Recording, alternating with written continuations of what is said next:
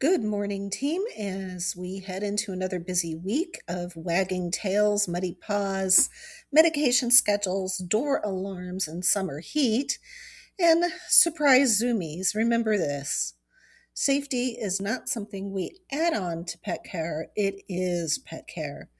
Every leash clipped correctly, every gate double checked, every moment you pause before entering a home, and every time you trust your instincts when something feels off. That is professionalism in action. This week's Tail Wag Brief is about PPE and why it is a legal foundation and why it matters in pet sitting. You can get a copy of this Tail Wag Brief for your documentation requirements at fieldnotesforpetpros.com. When people hear PPE in pet sitting, that's personal protective equipment, the instinct is to think of hard hats and safety goggles, gear for industries that look nothing like this one. But personal protective equipment is not about just the gear. It is about addressing the hazard. In pet sitting, our hazards are very real and they are often documented in the form of icy walkways that send workers to the pavement, biological waste exposure that creates a infection risk, those early morning walks in darkness, near vehicle traffic, biological material from sick or an injured animal. So PPE for us is what stands between those hazards and the worker when everything else has been tried. Under 29 CFR 1910-132, employers must provide PPE when hazards cannot be eliminated through other means. So in pet sitting, most of these hazards cannot be eliminated. The environment changes at every visit, the animal's behavior is variable, the weather is uncontrollable, and that is exactly why PPE is required and why it must be provided at no cost to the worker. What does that at no cost piece actually mean?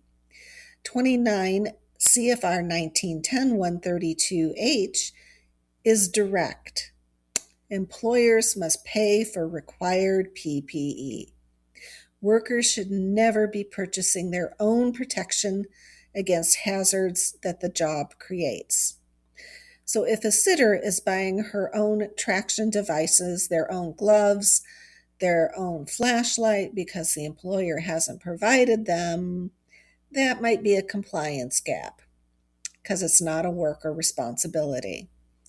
Knowing this matters for two reasons. It protects workers from absorbing costs that they shouldn't bear, and it establishes that personal protective equipment provision is an employer obligation, not a favor. Why it has to be used consistently. Traction devices in the bag and not on the feet provide zero protection. Gloves in the pocket and not on your hands, contact with biological material during litter cleaning or waste pickup creates exposure risk regardless of intent. That high visibility vest in the car during a nighttime walk.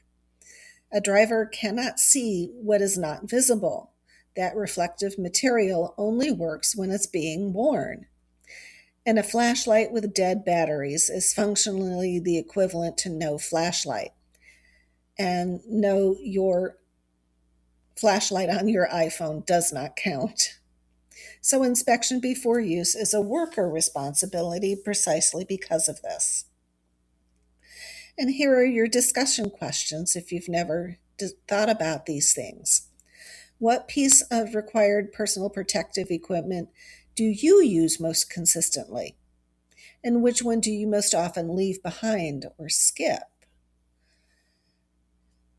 Has your employer provided all the required personal protective equipment for the hazards that you face? If anything is missing, what's the process for requesting it? And have you ever been in a situation where you needed personal protective equipment and you didn't have it? What happened next? So your key takeaway for this week is PPE in pet sitting is not safety theater. It is the response to real, documented, foreseeable hazards, and it is legally required to be provided at no cost to you, but it only works when it is actually being used.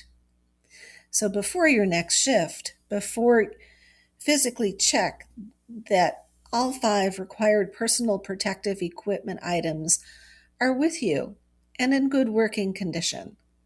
Do it before you leave and not when you arrive at the first visit. That's it for this week. Have a safe, productive week. And remember, if you need this for your training documentation, you can find it downloadable at fieldnotesforpetpros.com.